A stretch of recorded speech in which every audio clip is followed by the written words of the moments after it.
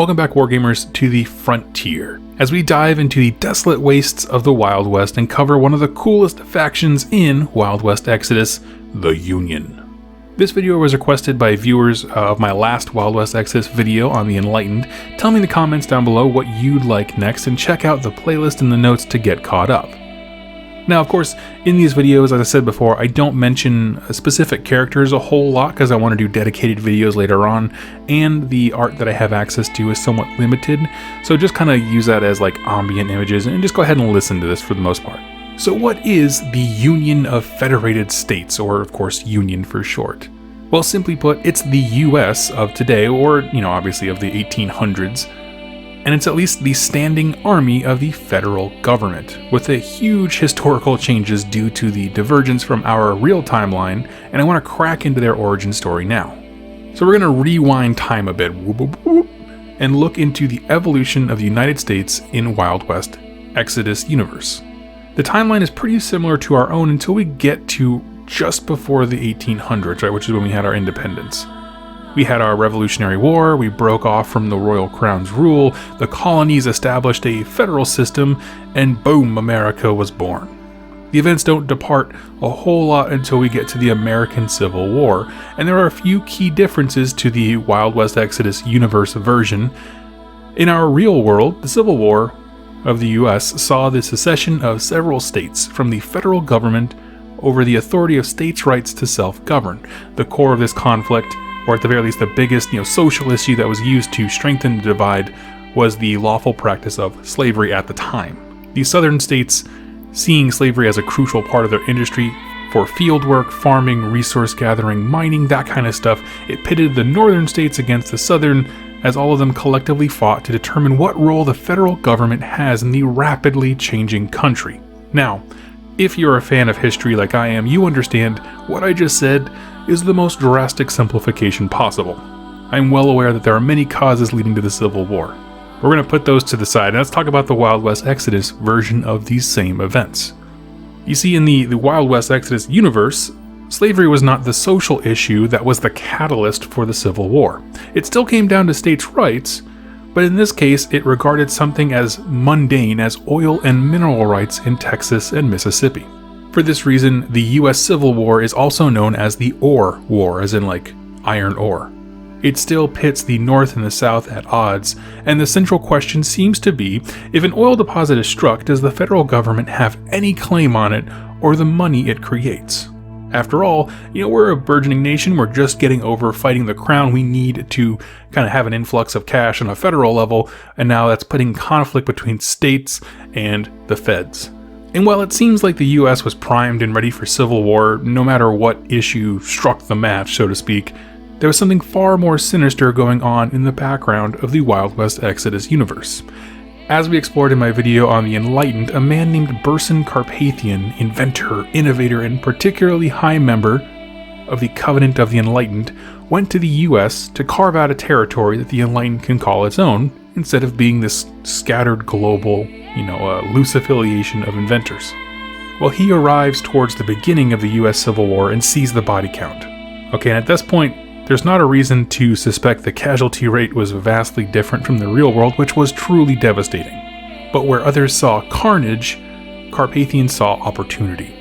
He went out to the forces of the North, the Union, and offered them guns, autonomy, vehicles, and more. They were looking for a quick end to the war, and they greedily took him up on it. And what he was looking for in exchange was money, land, that kind of thing, promises. He then went to the South, the Confederacy, who was also in the process of making the similar alliances with Mexico, and made them the same offer. The core idea was to bring these two forces to the brink of destruction, and after they'd ground themselves to a nub, Carpathian would make bigger and bolder requests for money, supplies, and land. The level of profiting from human suffering was insane. The idea was, I'll get them to the point of absolute desperation to win, and then I'll just let them, pay me whatever I want to be paid. Now, we already talked about the Enlightened, so I kind of want to move away from that, but it's important to understand that our Civil War in the US was being used. That the North and South had become pawns in someone else's game, and an arms race that neither side could afford to ignore had been sparked. And there was only one real weapons dealer to satisfy them. And so the Civil War then escalates from a tragic event in US history to a near apocalyptic one, right? Mechanized cavalry, automatic weapons, robotic soldiers, bigger guns than had ever been seen before tore the nation in two.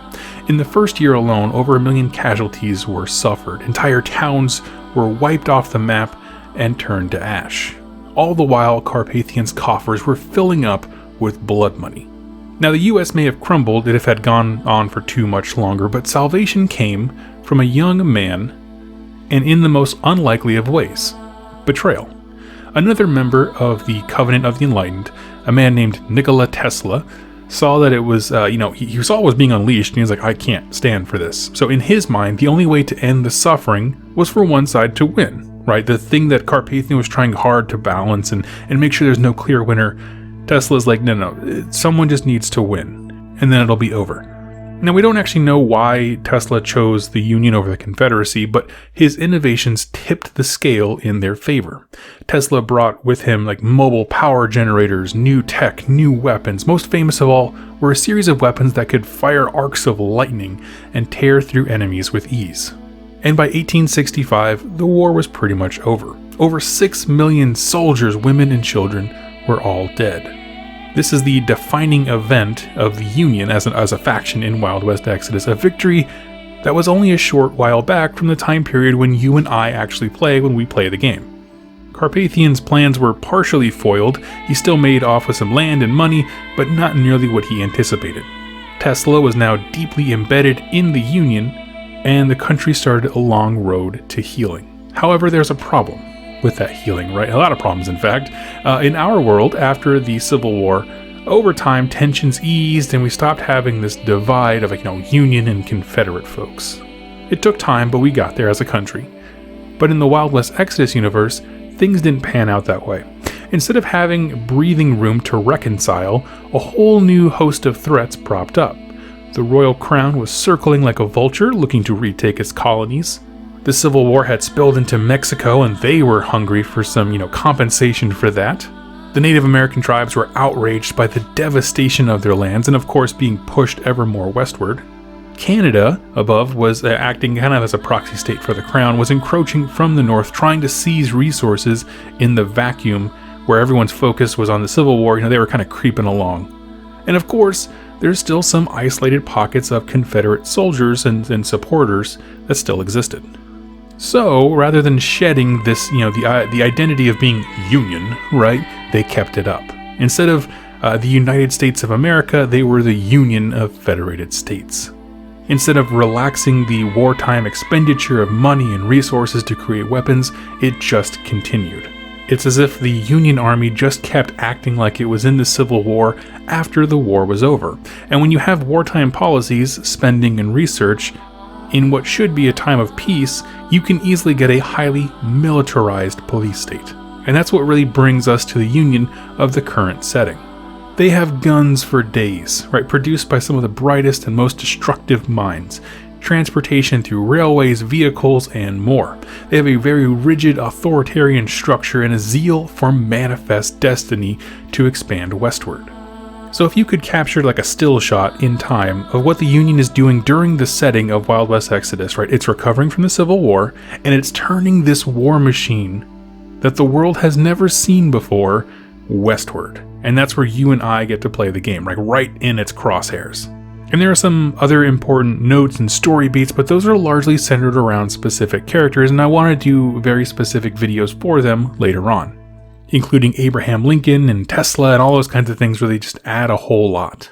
So let's talk about, as I always do, why is this cool, right? Why is the Union just such stinking cool? Well, it's a reimagining of one of the most devastating points in our history with the same players, but the stakes are turned to 11.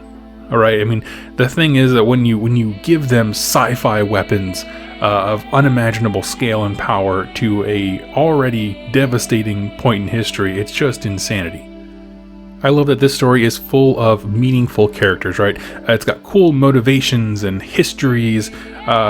For example, like you can have grizzly war veterans entering into a fresh new battleground in the West. And so you'll see a lot of these very iconic American war heroes like Grant and well, Lincoln was the president during wartime, but you know what I mean? All these characters that were really defining to the Civil War are now pouring westward, which some of them really did. Like Custer, for example, was one that fought in the Civil War and then came over and tried to do his part in the West. It just means that there's some really crazy different histories for all of these individual characters that are moving off to the West. And as I've said before, I'm a history nerd. I love this stuff. I eat it up. But lastly, and I think the thing that I want to focus on the most is the idea of a pivotal moment in history that's just being used as someone else's game, right? And Carpathian feeding weapons to both sides was just such an interesting thing, because we've had, stuff in our real world where we have like proxy wars where it's like two bigger countries are just supplying a divide or a civil war amongst a smaller nation. But it's different when it's one entity feeding both sides to rip them both off. I just feel like that's a little bit different, and it's just so crazy that the whole of the US government fell into that trap, as well as the Confederacy. That they were so blinded by being at odds with one another that they couldn't see what was clearly happening to them. Which, increases the tragedy of the event, right? Meaning the Ore War, the US Civil War, the Wild West Exodus universe.